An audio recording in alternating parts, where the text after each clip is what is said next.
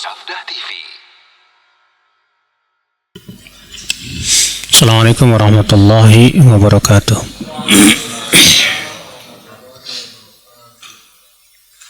Alhamdulillah nahmaduhu wa nasta'inuhu wa nastaghfiruh wa na'udzu billahi min shururi anfusina wa min sayyiati a'malina.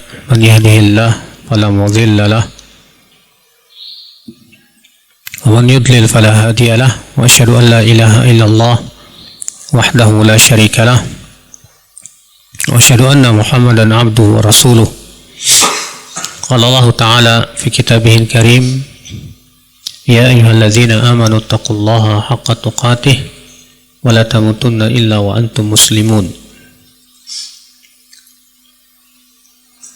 Amma ba'd, kita lanjutkan ayol ikhwah. Kita masuk ke bab 72, Babul Isra bi Rasulillahi sallallahu alaihi wasallam ila samawati wa fardhis salawat. Bab Isra'nya Rasulullah sallallahu alaihi wasallam ke langit dan diwajibkannya salat 5 waktu. Hadis 102, hadis Abi Dzar anna Rasulullah sallallahu alaihi wasallam qala furija an saqfi baiti wa ana bi Makkah fa nazala Jibril fa faraja an sadri thumma ghasalahu bima'i Zamzam thumma jaa bi tastin min dhahabin mumtali'in hikmatan wa imanan fa afraghahu fi sadri. Dari Abu Dzar bahwasanya Rasulullah SAW bersabda,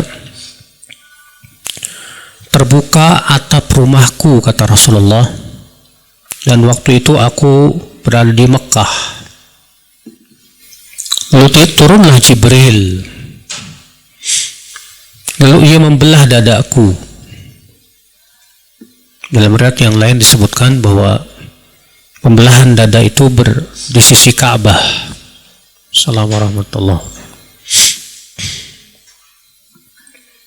Jadi Rasulullah SAW dibawa dulu oleh malaikat Jibril ke Ka'bah. Kemudian dibelahlah dada Rasulullah SAW. Tsumma ghasalahu bima'i Zamzam. Kemudian dada Rasulullah itu dicuci dengan air Zamzam.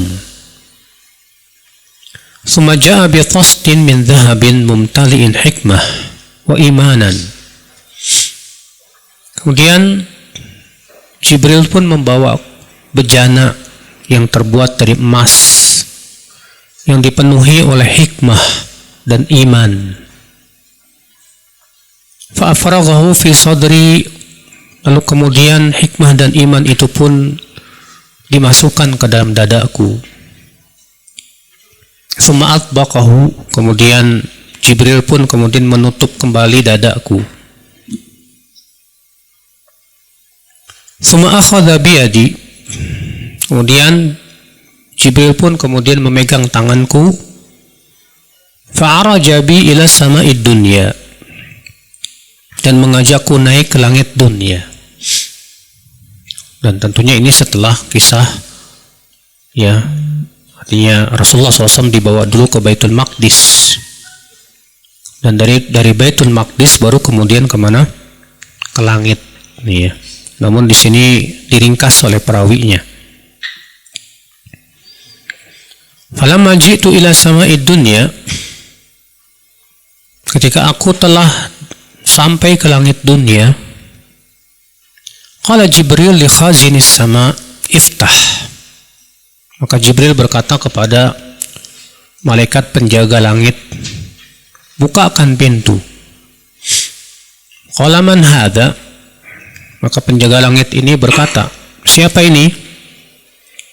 Qala hadha Jibril. Ia berkata, ini Jibril. Qala hal ma'aka ahad?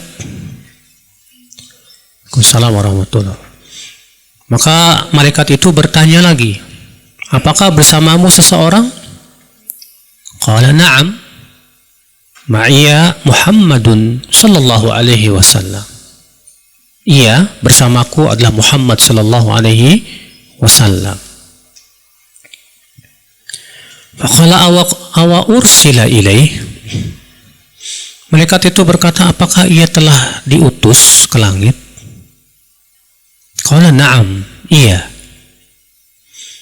Falamma fataha alauna sama'ad dunya, ketika dibukakan pintu langit, kami pun terus naik ke atas, melebihi langit dunia. Fa idza rajulun qa'idun, dan tiba-tiba aku melihat seorang laki-laki yang sedang duduk. Ala yaminihi aswidah wa ala yasarihi aswidah. Di sebelah kanannya aswidah, sesuatu banyak yang hitam, dan sebelah kirinya juga sama. Idza nadhara qibala yaminihi dhahik wa idza nadhara qibala yasarihi baka. Apabila melihat ke sebelah kanan, ia tertawa, dan apabila melihat ke sebelah kiri, ia menangis. Faqala marhaban bin nabiyis salih wal ibnis salih. Lalu ia berkata, selamat datang Nabi yang saleh dan anak yang saleh. Qultu li Jibril, man hadha? Maka aku berkata kepada Jibril, siapa dia? Qala hadha Adam. Maka Jibril berkata, ini Adam, ayahmu. Wa hadhil aswidah an yaminihi wa shimalihi nasamu bani. Adapun yang ada di kanan dan di kirinya itu adalah keturunannya, anak-anaknya. Fa ahlul yamin minhum ahlul jannah. Yang ada di kanannya itu adalah penduduk surga. Wal aswidatu allati an shimalihi ahlun nar. Sedangkan yang ada di sebelah kirinya adalah penduduk neraka. Fa idza nadhara an yaminihi dhahik. Apabila ia melihat ke sebelah kanan, ia tertawa. Wa idza nadhara qibala shimalihi, ia baka. Apabila ia melihat ke sebelah kirinya, ia pun menangis. Hatta araja bi ila sama'i tsaniyah. Hingga kemudian aku pun dibawa terus ke langit kedua. Faqala li khaziniha iftah. Maka kemudian Jibril berkata kepada penjaga langit kedua, bukakan pintu. Faqala lahu khazinuha misla ma qala al-awwal fafatah. Maka kemudian malaikat penjaga pintu langit kedua pun mengatakan sama dengan yang pertama. Lalu dibukalah pintu. Qala Anas, berkata Anas perawi hadis, fadzakara annahu wajada fis samawati Adam wa Idris wa Musa wa Isa wa Ibrahim salawatullahi alaihim. Walam yuthbit kaifa manaziluhum. Maka beliau pun menyebutkan bahwa di langit-langit sana itu Nabi SAW bertemu dengan Nabi Adam, Nabi Idris, Nabi Musa, Nabi Isa, Nabi Ibrahim alaihissalatu wassalam. Namun beliau tidak hafal ya tentang urutan-urutannya. Ya. Yang disebutkan dalam riwayat-riwayat itu, langit pertama Nabi Adam alaihissalatu wassalam. Kemudian langit yang paling tinggi itu yang langit yang ketujuh Nabi Ibrahim alaihissalatu wassalam, walaupun memang ada riwayat yang menyebutkan bahwa Nabi Ibrahim langit ke-6, namun itu riwayat yang syadz kata para ulama. Ya. Riwayat yang sahih adalah bahwa Nabi Muhammad SAW bertemu dengan Nabi Ibrahim itu di langit yang ketujuh, Pak. Dan dalam riwayat yang paling kuat, Rasulullah SAW bertemu dengan Nabi Musa itu di langit yang ke-6. Ya, Rasulullah SAW bertemu dengan Nabi Musa di langit yang keberapa? Ke-6. Sedangkan di langit yang kelima, Rasulullah SAW bertemu dengan Nabi Harun.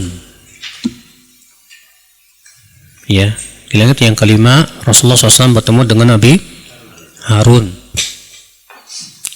Sedangkan di langit yang keempat, Rasulullah SAW bertemu dengan Nabi Yusuf alaihissalatu wassalam. Ya.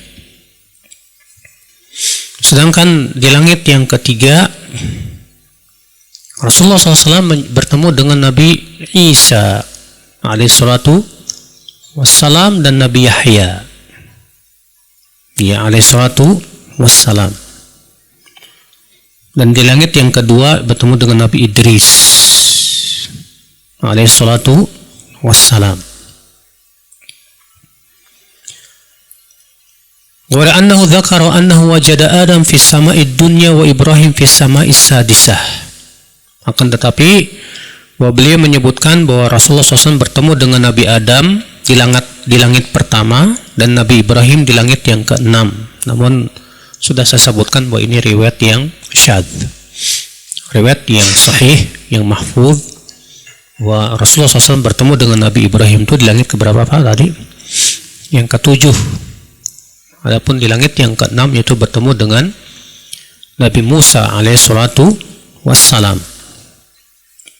Qala Anas, berkata Anas, falamma marra Jibril bin Nabi sallallahu alaihi wasallam bi Idris qala marhaban bin Nabi salih wal akhi salih. Kata Anas, ketika Jibril melewati Idris, ia berkata, selamat datang Nabi yang saleh dan saudara yang saleh. Lalu aku bertanya, man hadha, siapa ini? Qala hadha Idris, ia berkata ini Idris. Thumma maratu bi Musa, lalu aku melewati Nabi Musa, maka ia berkata marhaban bin Nabi salih wal akhi salih.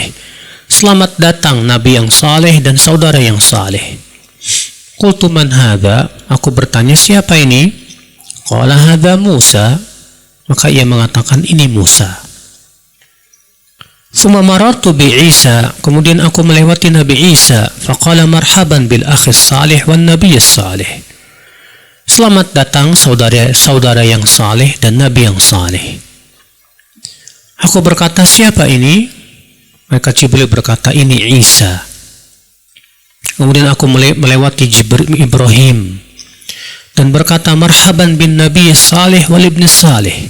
Selamat datang nabi yang saleh dan anak yang saleh. Aku berkata siapa ini?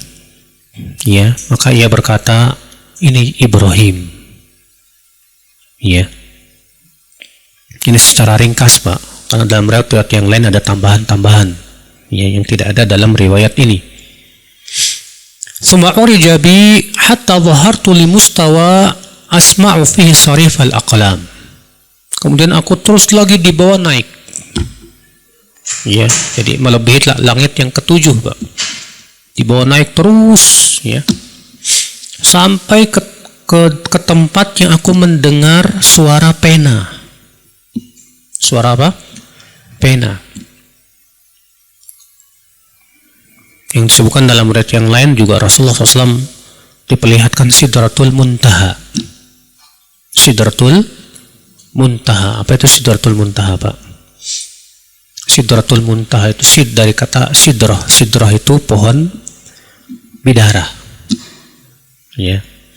Disebutkan dalam riwayat bahwa pohon bidara itu akarnya berada di langit yang ke-6. Ya, dan pucuknya itu di atas langit yang ke-7. Yang kata Rasulullah SAW, daunnya seperti telinga gajah dan buahnya seperti kullah hajar. Ya, disebut dengan muntaha, tempat berhenti.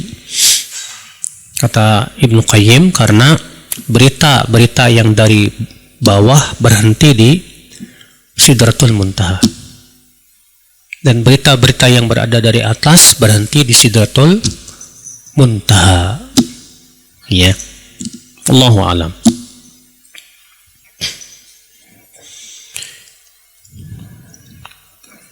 Fafaradallahu ala ummati 50 salah. Maka Allah pun mewajibkan kepada umatku 50 salat. Artinya tadinya diwajibkan itu 50 waktu salat.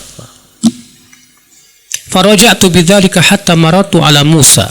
Lalu aku pun kembalilah sehingga aku pun melewati Nabi Musa. Lalu Nabi Musa bertanya, ma faradallahu laka ala ummatik?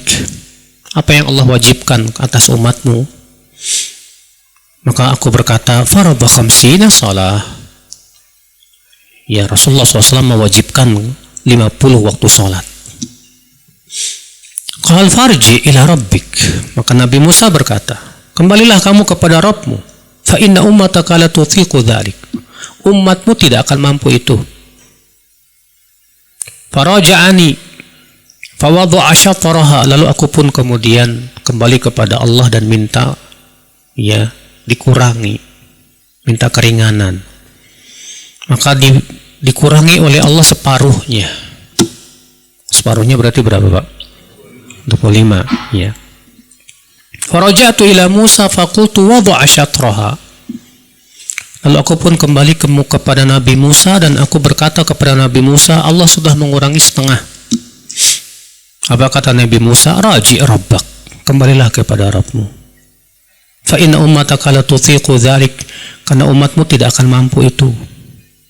Faraja'tu fawadha'a syatraha. Lalu aku minta lagi kepada Allah supaya Allah mengurangi. Maka Allah mengurangi lagi setengahnya. Ya. Lalu aku kembali lagi kepada Nabi Musa dan mengatakan bahwasanya Allah sudah mengurangi lagi setengahnya. Apa kata Nabi Musa? Irji'i rabbik. Kembali lagi kamu kepada Rabbmu. Karena umatmu tidak akan mampu itu. Maka aku kembali lagi dan minta kepada Allah supaya diringankan lagi. Maka Allah berfirman, hiya khamsun. Ya. Wahya khamsun.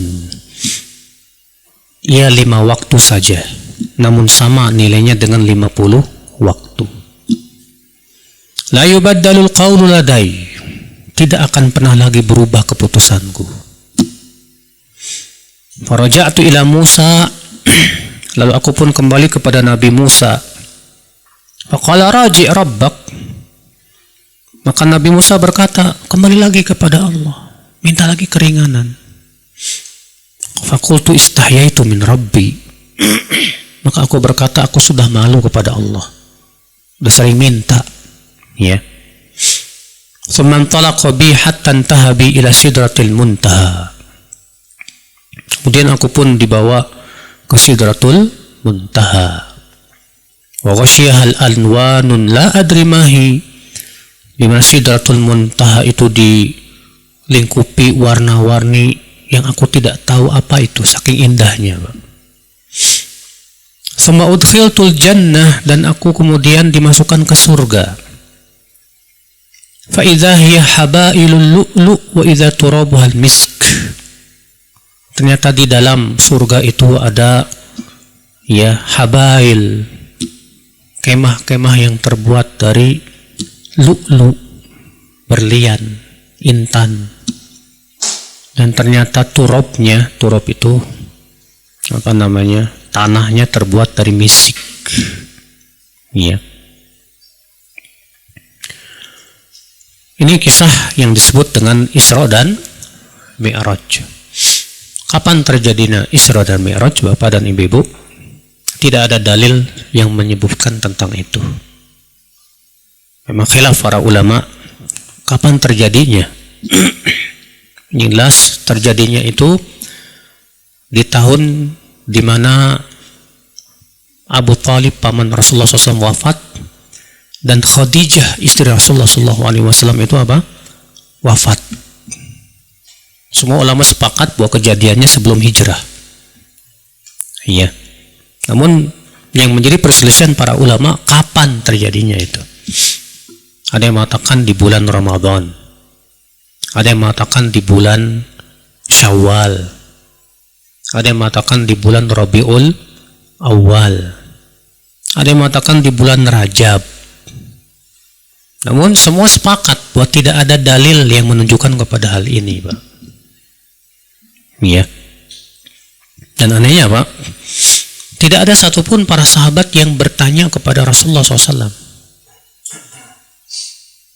Tidak ada satupun para sahabat yang bertanya kepada Rasulullah dan mengatakan, hai Rasulullah, kapan terjadinya Isra dan Mi'raj? Biar kita rayain nih. Ya. Lailatul Qadar, malam yang sangat mulia. Rasulullah SAW dan para sahabatnya bersungguh-sungguh tidak Pak mencari Lailatul Qadar, Pak. Bersungguh-sungguh mencari Lailatul Qadar. Rasulullah SAW menganjurkan banyak-banyak ibadah nggak di malam tersebut, Pak? Menganjurkan banyak-banyak ibadah di malam tersebut. Tapi tidak pernah Rasulullah dan para sahabatnya mencari kapan tepatnya malam Isra dan Mi'raj. Tidak pula Rasulullah menganjurkan para sahabatnya banyakin ibadah di malam itu. Iya. Maka dari itulah kalaulah merayakan Isra dan Mi'raj itu hak benar, tentu yang pertama kali melakukannya mereka dong. Iya. Justru ya akhi, merayakan Isra dan Mi'raj yang paling sahih dengan cara menjaga sholat 5 waktu. Kenapa? Karena apa sih tujuannya Rasulullah SAW di Isra dan Mi'raj kan? Tiada lain untuk diwajibkan sholat 5 waktu. Maka kalau kita jaga betul-betul sholat 5 waktu kita, berarti kita sudah ya mengagungkan hari tersebut atau namanya Isra dan Mi'raj. Ikhwatul Islam, ya. Baik, akhi, di sini kita ambil faedah.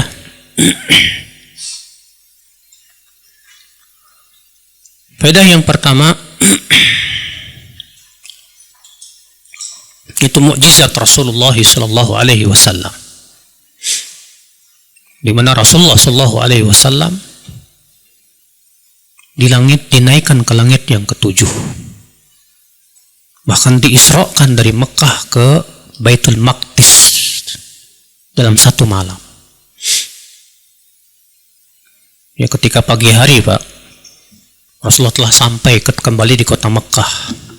Maka Rasulullah pun bercerita tentang kejadian yang Rasulullah alami, Pak. Apa yang terjadi, Pak?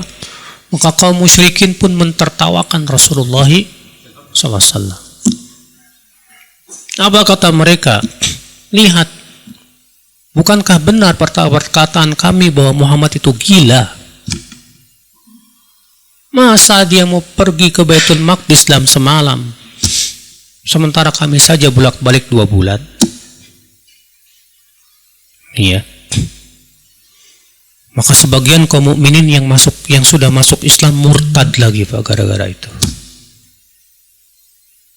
Iya. Siapa mereka yang keimanannya masih kuat dan beragamanya hanya sebatas pakai akal biasanya, Pak? Murtad pada waktu itu. Maka kemudian orang-orang Quraisy datang kepada Abu Bakar. Hai Abu Bakar, coba lihat temanmu itu.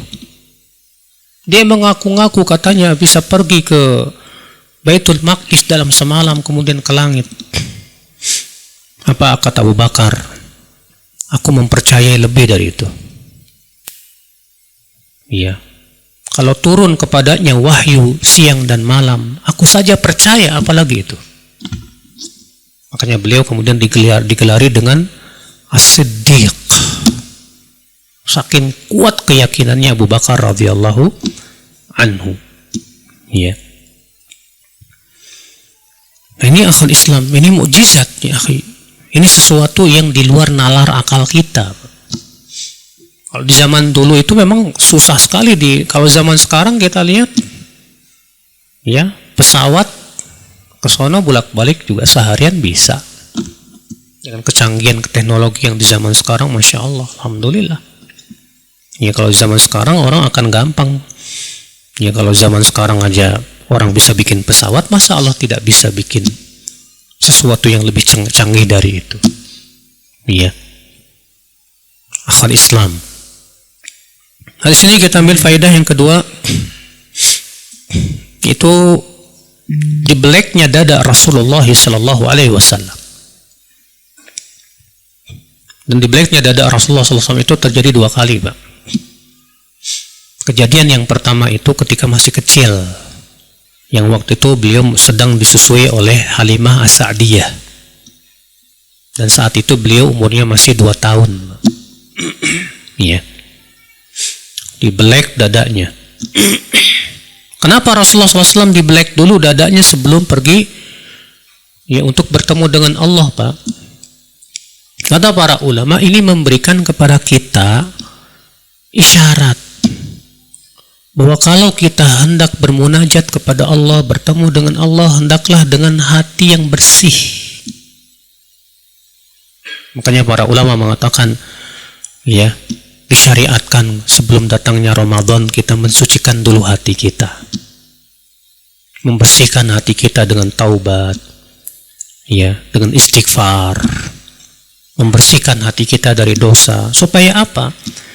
Supaya ketika kita beribadah, bermunajat kepada Allah di bulan Ramadan, kita lebih bisa khusyuk, lebih bisa fokus. Karena dosa-dosa itu, Pak, ya, sangat berpengaruh kepada ibadah, Pak. Lihat, ya, orang yang banyak dosa, pasti ibadahnya pun tidak diberikan oleh Allah Subhanahu wa taala kekhusyuan biasanya, Pak. Ya. Orang yang banyak dosa biasanya hatinya terasa berat dalam menaati Allah. Salat tarawih aja baca Qul a'udzu birabbin nas terasa berat, Pak. Ya. Akhirnya apa? Menciptakan tarawih tercepat di dunia. Kenapa? Yaitu akibat daripada saking pengen cepet-cepet selesainya gitu. Kalaulah hatinya itu bening, kata Utsman bin Affan, kalaulah hati seseorang bening, dia pasti tidak akan pernah puas dengan mendengarkan Al-Quranul Karim. Dia tidak akan pernah puas dalam bermunajat kepada Allah Subhanahu wa ta'ala. Nah, disinilah penting sekali, akhi, sebelum kita bermunajat dengan Allah Rabbul Alamin, ya, kita hendaknya membersihkan hati kita, mensucikan diri kita. Nah, di sini Rasulullah SAW dibelek dadanya, dan memang dibelek beneran, bukan bohong-bohongan. Karena disebutkan dalam riwayat, kata Anas, aku melihat bekas jahitannya di dada Rasulullah Sallallahu Alaihi Wasallam. Yang kemudian apa? Dicuci dengan air zam-zam, kemudian dibawakan bejana dari emas yang berisi hikmah dan iman, lalu dimasukkan ke dalam dada Rasulullah Sallallahu Alaihi Wasallam. Sehingga menjadi perselisihan para ulama. Di sini malaikat Jibril membawa bejana dari emas. Ya. Apa perselisihan ulamanya, Pak? Yaitu apakah larangan menggunakan bejana emas itu khusus untuk makan dan minum saja?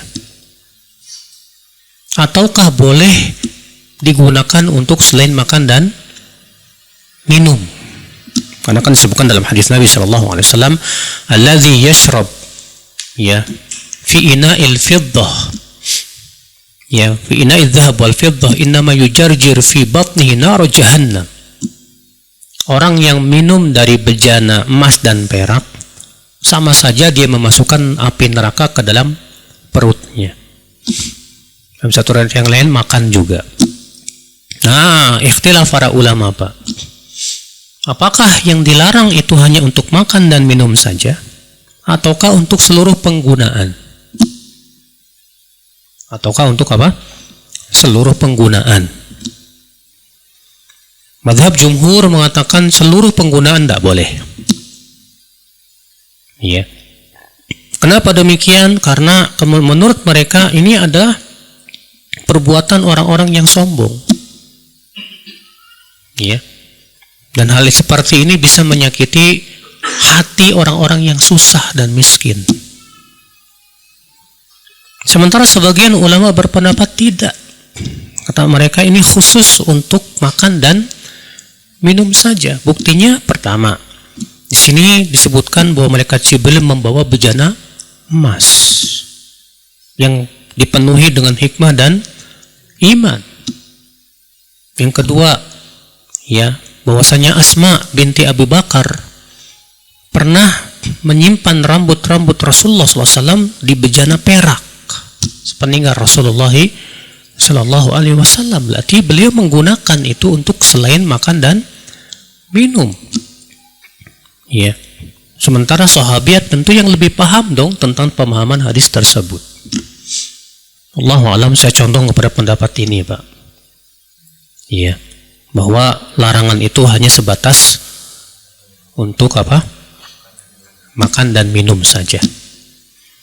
Adapun laki-laki, ya memang ada hadis laki-laki diharamkan untuk memakai apa? Emas, khusus untuk laki-laki. Kita lanjutkan akhwal Islam. Kemudian Rasulullah SAW pun dibawa ke Baitul Maqdis. Dan di Baitul Maqdis, ya, bersama Jibril menggunakan kendaraan atau binatang yang bernama buruk. Apa itu buruk, Pak? Disebutkan dalam hadis yang sahih, ya, riwayat Bukhari. Buruk itu adalah binatang di atas keledai tapi di bawah bigol. Bigol itu peranakan kuda dan keledai. Ya. Dan dia berwarna putih. Kata Rasulullah SAW, dia melompat sejauh matanya memandang. Ya. Itu buruk namanya, Pak.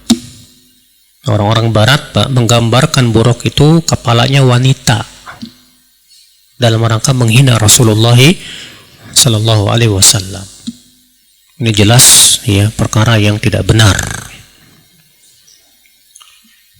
Lalu setelah di Baitul Maqdis, Rasulullah pun kemudian sholat bersama para nabi seluruhnya. Ya. Lalu kemudian Rasulullah Sallallahu Alaihi Wasallam dinaikkan kemana? Ke langit. Untuk tujuan apa, Pak, dinaikkan ke langit? Untuk bertemu dengan Allah Azza wa Jal. Dan ini memberikan faedah apa? Ya, yaitu bahwasanya Allah beristiwa di atas arasy. Allah itu berada di langit, Pak. Ini keyakinan Ahlus Sunnati wal Jamaah. Keyakinan seluruh sahabat, seluruh tabi'in, seluruh tabi'ut tabi'in. Mazhab yang 4 seluruhnya sepakat. Ya, Imam Syafi'i, Imam Ahmad, Imam Malik, Imam Abu Hanifah, bahwasanya Allah beristiwa di atas arasy-Nya. Ya. Bahkan secara fitrah pun juga, Pak, kita mengakui Allah berada di atas. Bukankah ketika kita berdoa, kita akan angkat tangan kita kemana? Kita hadapkan ke atas, bukan ke bawah, Pak, bukan ke samping. Ini keyakinan, ya, akhwal Islam, ya, yang subhanallah setelah munculnya Mu'tazilah, Jahmiyah, ilmu-ilmu kalam, Asy'ariyah, Maturidiyah, mereka menolak sifat Allah berada di atas hanya karena kata menurut mereka, ya, katanya berkonsekuensi kepada konsekuensi makhluk. Jadi mereka itu memikirkan Allah itu seperti memikirkan makhluk masalahnya, Pak. Kalau Allah berada di atas, berarti Allah berada di tempat tuh. Berarti Allah butuh tempat tuh. Semua ini konsekuensi yang batil. Ya. Kenapa? Karena Allah tidak serupa dengan makhluknya. Sebagaimana Allah melihat tidak sama dengan melihat makhluknya, Allah mendengar tidak sama dengan mendengar makhluknya, demikian pula Allah berada di atas pun tidak serupa dengan apa? Makhluknya. Ya. Hadis ini menunjukkan juga akhwal Islam pertemuan Nabi sallallahu alaihi wasallam dengan para nabi di langit pertama, kedua, ketiga, keempat, dan itu sesuai dengan derajat-derajat mereka di sisi Allah Subhanahu wa taala. Semakin tinggi derajatnya di sisi Allah Subhanahu wa taala. Yang disebutkan, ya, di langit pertama bertemu dengan Jibril, Nabi Adam, maaf. Ya. Kemudian bertemu dengan Nabi Idris, kemudian bertemu dengan Nabi Isa, kemudian Nabi Yusuf, kemudian Nabi Harun, kemudian Nabi Musa, kemudian Nabi Ibrahim alaihissalatu wassalam. Dan hadis ini juga menunjukkan Bapak sekalian ketinggian derajat Rasulullah Sallallahu Alaihi Wasallam. Kenapa? Karena ternyata Rasulullah SAW melebihi para nabi itu semua. Rasulullah terus diangkat melebihi langit yang ketujuh sampai ke tempat yang terdengar padanya apa? Suara pena. Yang disebutkan dalam riwayat, ya, lalu kemudian malaikat Jibril meninggalkan Rasulullah dan Rasulullah terus naik bertemu dengan Allah. Ya, tanpa perantara malaikat Jibril. Lalu Abu Dzar bertanya kepada Rasulullah dalam riwayat yang lain itu, Pak, hal ra'aita rabbak, wahai Rasulullah, ketika engkau ya bertemu dengan Allah itu engkau melihat Allah enggak? Apa kata Rasulullah SAW? Nurun anna arah, ada cahaya bagaimana aku bisa melihat Allah. Karena disebutkan dalam hadis yang riwayat Muhammad, ya, Rasulullah SAW sabda, hijabuhu nur, bahwa Allah itu menghijabi dirinya dengan makhluknya itu dengan cahaya, Pak. Lau kasyafaha, kalau Allah membuka itu tirainya, hijabnya, maka akan terbakar semua yang dilihat oleh Allah Subhanahu wa taala. Makanya pendapat yang sahih bahwa Rasulullah SAW tidak melihat Allah. Dan tidak ada seorang pun yang bisa melihat Allah di dunia ini. Nabi Musa alaihissalam saja ketika bertemu dengan Allah di Bukit Tur dan berbicara langsung dengan Allah tanpa perantara, Nabi Musa minta kepada Allah supaya bisa melihat Allah. Apa kata Nabi Musa? Arini anzur ilaik, perlihatkanlah engkau pada diriku, agar aku bisa melihatmu. Apa kata Allah? Lantarani, kamu tidak akan bisa melihat aku. Walakin unzur ilal jabal, fa in istaqarra makanahu fasawfa tarani. Tapi lihatlah ke gunung itu, jika gunung itu masih tetap kokoh, dia di tempatnya, kamu akan bisa melihat aku. Falamma tajalla rabbuhu lil jabal ja'alahu dakka. Ketika Allah memperlihatkan dirinya ke gunung itu pun hancur lebur karena takut kepada Allah. Ketika Nabi Musa melihat gunung itu hancur, apa Pak? Kharasa, ya, pingsan. Ya, fakharra Musa sa'iqa, pingsan Nabi Musa. Falamma afaqa, ketika Nabi Musa telah siuman lagi sadar, qala subhanak, maha suci engkau ya Allah, tubtu ilaik, aku bertaubat kepadamu, wa ana awwalul mu'minin, dan aku orang yang pertama kali beriman. Ya, jadi tidak ada siapapun yang bisa melihat Allah di dunia ini. Makanya klaim orang-orang sufi yang mengatakan katanya orang yang sudah sampai derajat tinggi bisa melihat Allah, ini semua dusta. Ya. Maka keyakinan Ahlussunnah wal Jamaah mengatakan tidak ada siapapun di dunia yang bisa melihat Allah. Adapun di akhirat, na'am. Di akhirat nanti kaum mukminin akan melihat Allah di dua tempat. Yang pertama yaitu di padang mahsyar, dan yang kedua yaitu di dalam surga. Kaum mukminin akan melihat wajah Allah Azza wa Jal. Iya. Namun sekali lagi Pak, ya, sifat keyakinan ini ditolak sama orang-orang Mu'tazilah. Karena katanya kalau Allah terlihat berarti Allah berbentuk jism dong, jasad. Memang begitu, ya. Metode beragamanya orang-orang Mu'tazilah tuh Pak. Mereka punya kaidah yang menyesatkan. Apa katanya? Semua dalil yang bertabrakan dengan akal harus ditolak atau ditakwil sesuai dengan akal.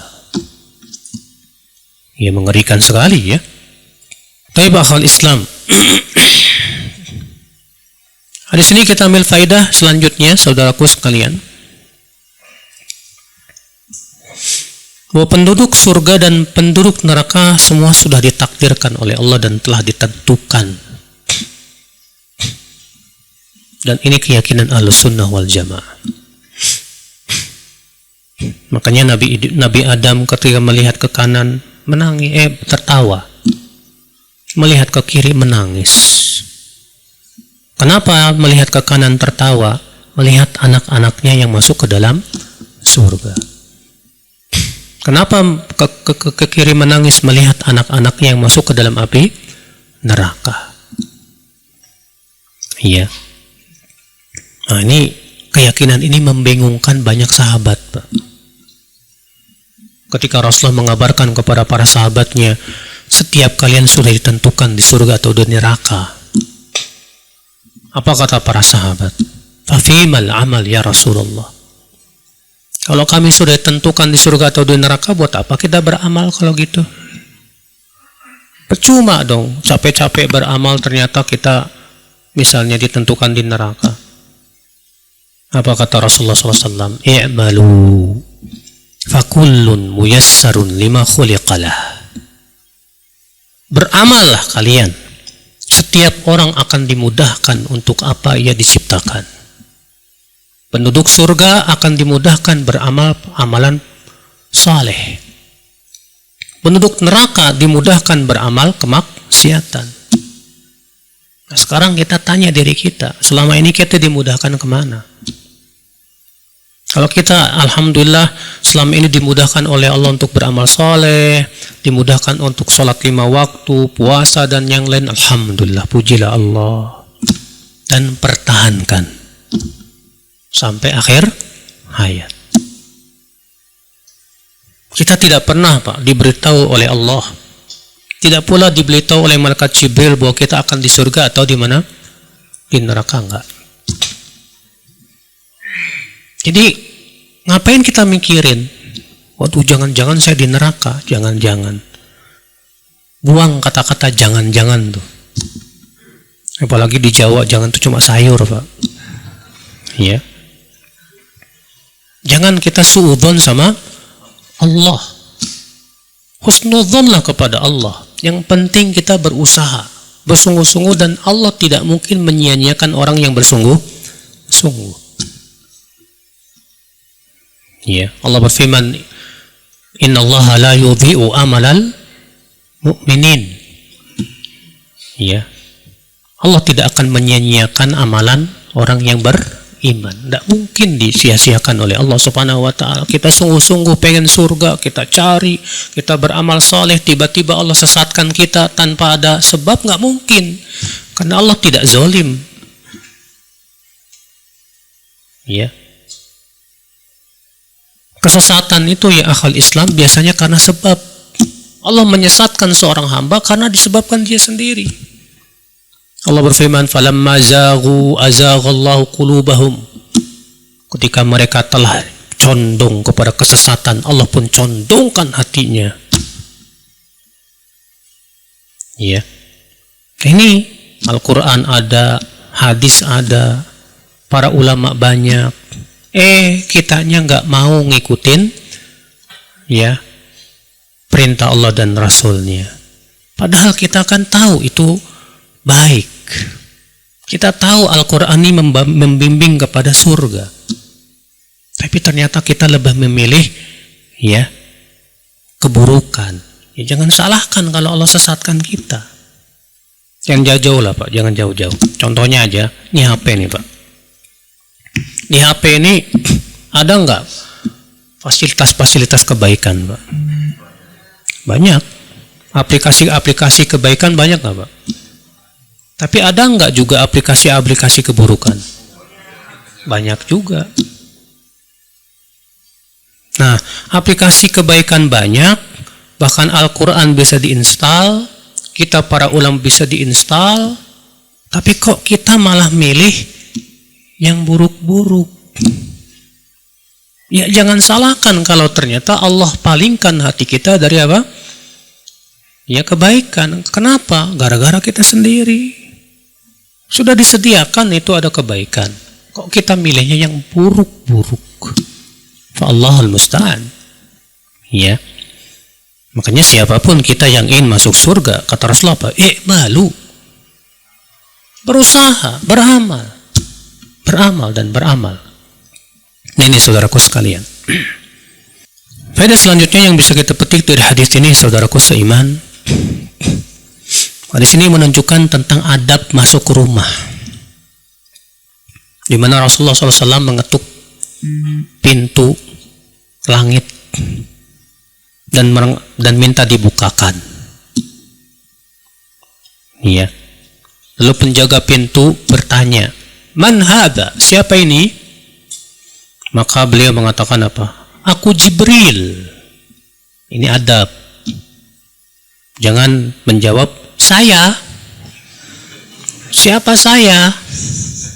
Pernah ya? Ada seorang sahabat ngetuk pintu rumah Rasulullah SAW. Kata Rasulullah, "Man hadza?" Siapa itu? "Ana." Saya. Maka Rasulullah bersabda, "Ana."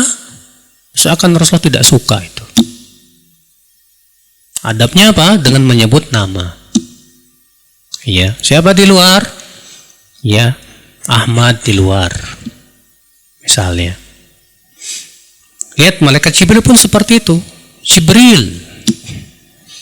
Apakah bersamamu ada seseorang? Ada, itu Muhammad sallallahu alaihi wasallam. Apakah ia telah diutus ke langit? Ya. Ya. Baru kemudian dibukakan pintu langit. Masuklah.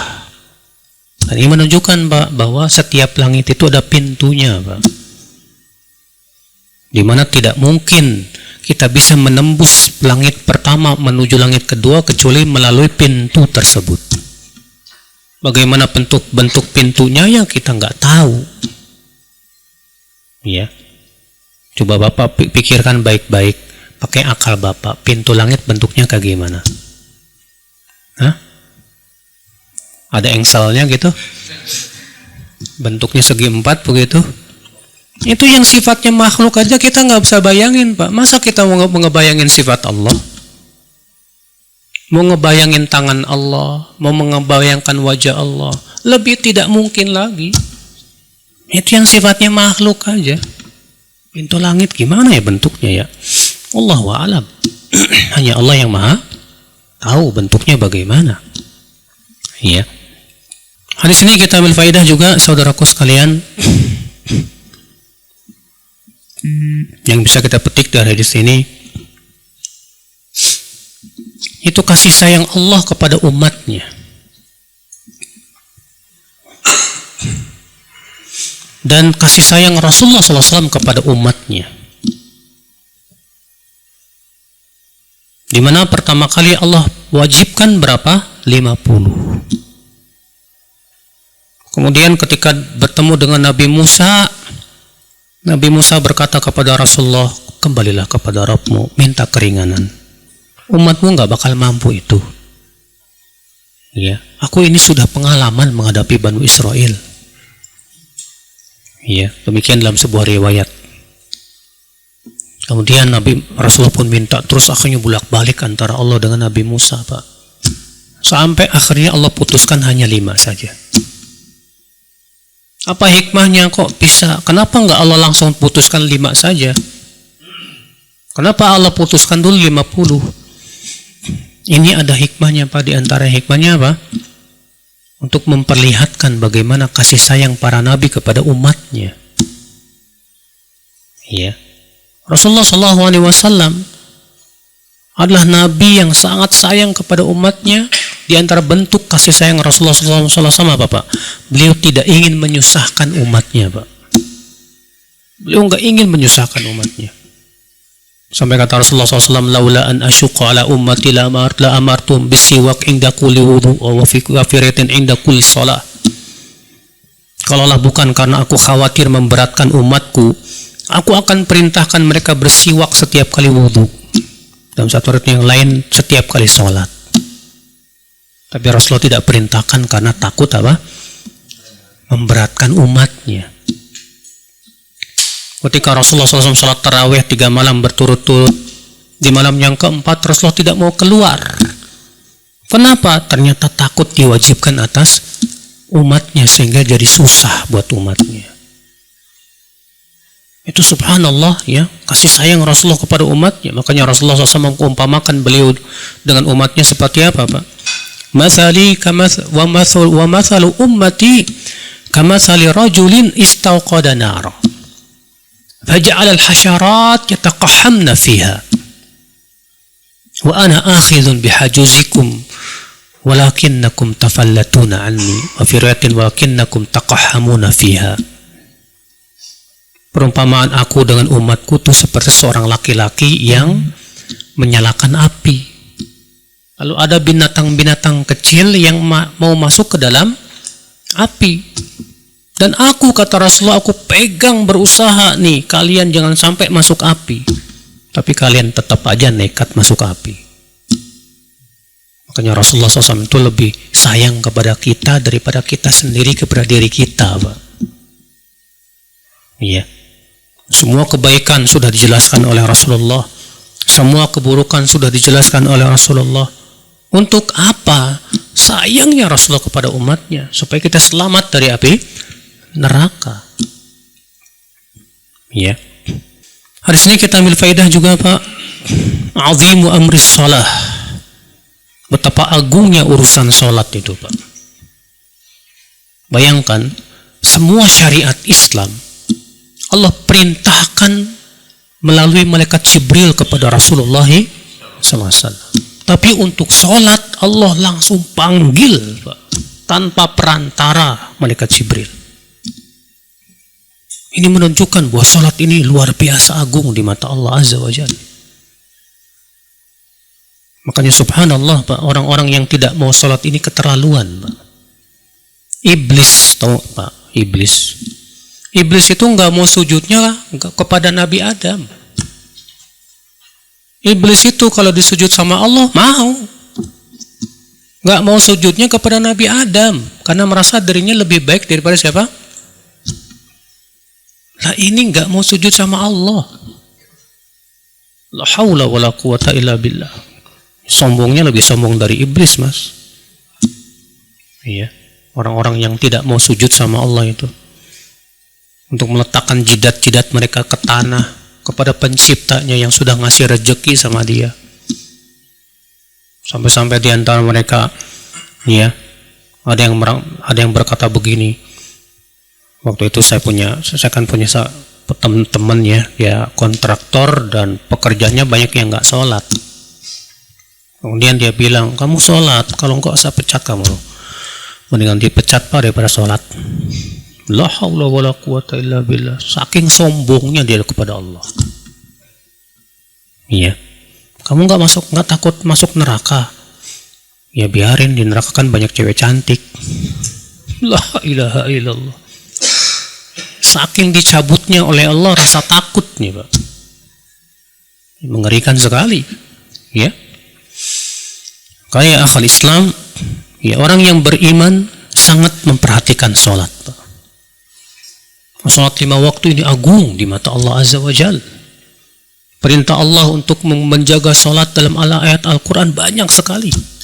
Wa aqimus shalah, dirikan salat. Allah tidak katakan if'alus shalah, lakukan salat, tapi Allah katakan dirikan, tegakkan salat. Yang mempunyai makna apa, Pak? Betul-betul kita menjaganya. Allah berfirman juga, hafidhu ala salawati was salatil wusta. Jagalah oleh kalian salat 5 waktu, terutama salat wusta, itu salat asar. Disebutkan dalam hadis Rasulullah SAW, wa man lam yuhafidh alaihin, dan siapa yang tidak menjaga salat 5 waktu, laisa 'alallahi ahadun an yudkhilahul jannah. Allah tidak berjanji untuk memasukkan ia ke surga. Dalam satu ayat yang lain, ya, wa kana yaumal qiyamah ma'a fir'aun wa qarun wa haman. Dan orang yang tidak menjaga salatnya pada hari kiamat berkumpulnya dengan dengan Qarun, Fir'aun dan Haman. Ngeri, ya. Makanya ibu-ibu kalau punya suami nggak salat, aduh, Bu, nggak ada kebaikannya suami kayak gituan, Bu. Iya. Ini orang, ya, sama Allah aja sombong, sama Allah saja nggak mau sujud, ya. Dan ini merupakan kesombongan yang luar biasa, Pak. Allahul musta'an. Hadis ini kita ambil faedah juga, Bapak sekalian. yaitu isbatu sidratil muntaha, penetapan akan adanya sidratul muntaha, dan bahwasanya sidratul muntaha itu benar adanya, Pak, hak. Wajib kita yakini ada, itu pohon yang ada di langit sana. Bagaimana bentuknya? Nggak tahu. Sama nggak bentuknya dengan pohon bidara yang ada di dunia? Nggak sama, nggak mungkin sama. Hanya Allah yang Maha tahu. Ya, yang disebutkan dalam hadis ya, bahwa akarnya itu ada di langit yang keberapa? Ke-6, dan keluar dari pohon tersebut 4 sungai. Sungai Nil, Efrat, Saihan, dan Jaihan. Yang Rasulullah sebutkan bahwa itu adalah sungai di dunia yang berasal dari surga. Ya, itu 4 sungai tersebut. Hanya Allah yang Maha tahu bagaimana hakikatnya ya. Dan bagi Allah itu mudah. Hadis ini juga menunjukkan isbatul jannah wa annaha mawjudah al-an. Penetapan bahwa surga itu sudah ada. Bahwasanya surga itu apa? Sudah ada. Buktinya Rasulullah SAW masuk ke dalam apa? Surga. Ya. Aku dimasukkan ke surga, kata Rasulullah SAW. Masya Allah. Rasulullah ditanya tentang rumah yang ada di surga, kata Rasulullah SAW apa, Pak? Labinatuha min dhahabin wa fiddah. Batu batanya terbuat dari emas dan perak. Wa milatuhal misk, dan catnya itu dari misik. Ya, wa turbatuha al-lu'lu, sementara pasirnya itu terbuat dari apa? Intan permata. Ya. Wih, ngeri banget. Bagus banget, ya. Ada nggak orang di dunia ini yang rumahnya dindingnya dari emas, pasir depannya permata? Waduh, Pak, bisa habis digondol maling, Pak. Iya. Yang Rasulullah SAW mengabarkan bagaimana keindahan surga, dan itu nanti insya Allah akan dibahas pada ya waktunya insya Allah. Nah, ini saudara-saudaraku sekalian, ya, faedah-faedah yang bisa kita petik dari kisah Isra dan Mi'raj. Baik, semoga yang saya sampaikan bermanfaat. Yang benar itu semua dari Allah, yang salah itu dari kekurangan ilmu saya. Dan mohon maaf bila ada kata-kata yang tak berkenan di hati. Subhanakallah bihamdik, asyhadu an la ilaha illa anta, astaghfiruka wa atubu ilaik. Assalamualaikum warahmatullahi wabarakatuh.